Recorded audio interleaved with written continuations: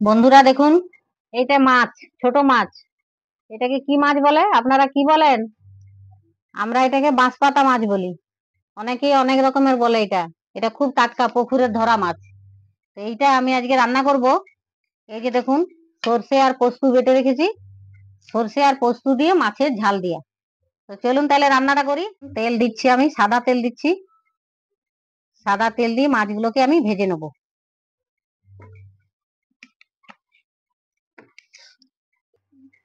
এই যে দেখুন, তেলটা গরম হয়ে গেছে, মাছগুলোকে আমি দিয়ে দেবো।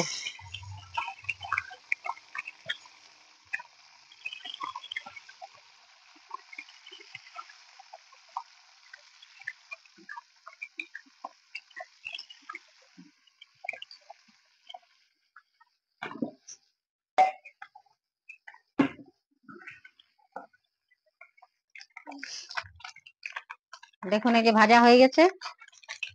একটু দুপাশ করে লাল লাল করে একটু ভেজে নিতে হবে মাছটা। একটু যেমন মাছ ভাজে তেমনি এটাও একটু ভেজে নিন।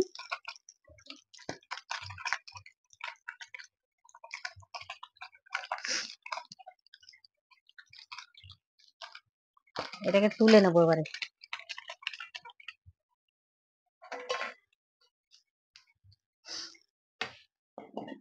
মাছগুলো ভাজা হয়ে গেছে আমার।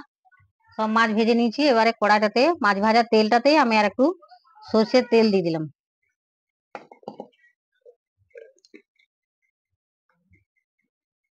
সর্ষের তেল দিয়ে দিলাম। এবারে দিয়ে দেবো একটু কালো জিরে। কালো জিরে কালো জিরে ফোড়ন দিলে ভালো। আর দিলাম কাঁচা লঙ্কা। কাঁচা লঙ্কা আমি এখানে দুটো পেঁয়াজ কেটে নিয়েছি। দুটো পেঁয়াজ দিয়ে দিলাম, তেলে ভেজে নেব। এই মাছটা আর এক রকম করেও খাওয়া যাবে। এটা পাতলা পাতলা করে আলু কেটে টমেটো দিয়ে, যদি আপনারা বেগুন খান তো বেগুন দিয়ে পাতলা ঝোল করেও খাওয়া যায়। যে যেমন ভালোবাসেন সে তেমনি করে রান্না করে খেলে ভালো লাগে। দেখুন, লাল লাল করে পেঁয়াজ ভেজে নিয়েছি। এবারে মশলাটা দেবো। কি কি মশলা ব্যবহার করি দেখুন। সর্ষে দিয়ে করব, তার জন্য হলুদ, 1 চামচ হলুদ আর একটু দিয়ে দেবো। আর নুন, পরিমাণ মতো নুন দিয়ে দিলাম। এরপরে এই যে সর্ষে বাটা, সর্ষে আর পোস্ত, এটাতে আমি দিয়ে দিলাম।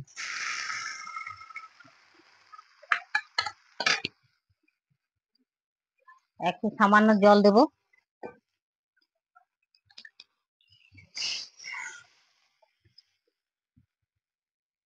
কাঁচা টমেটো থাকলে দিবেন।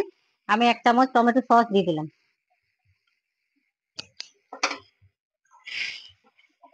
এটাকে এবার আমি মশলাটাকে কষে নেবো, একটু ভেজে নেব।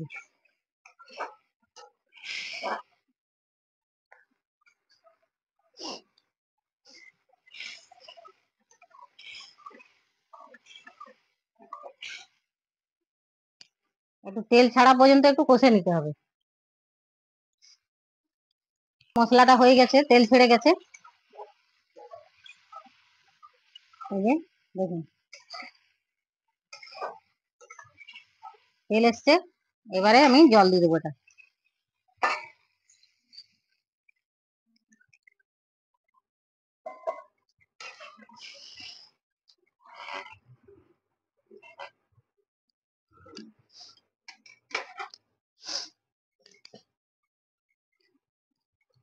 এবারে দিয়ে দিলাম এই যে মাছ।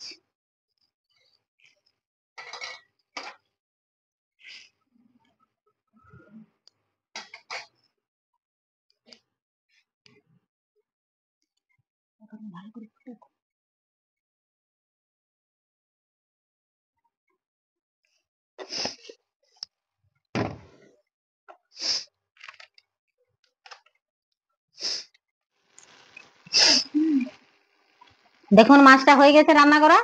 বেশ মাখা মাখা হয়ে গেছে, একদম রেডি। তো বন্ধুরা, আমার রান্নাঘর কেমন লাগছে আপনাদের কমেন্ট করে জানান। যদি ভালো লাগে অবশ্যই শেয়ার করুন, অনেক অনেক শেয়ার করুন। আর সাবস্ক্রাইব করবেন আর লাইক করবেন। হ্যাঁ। তো রান্না হয়ে গেছে মাছটা। এবারে দেখুন এর উপরে আমি আর একটু কাঁচা তেল দিয়ে দেবো। কাঁচা তেলটা ছড়িয়ে দিলে খেতে খুব ভালো লাগে, টেস্টটা খুব সুন্দর হয়। কাঁচা তেল ছড়িয়ে দিলাম, এরপরে এটাকে আমি ঢেলে নেবো।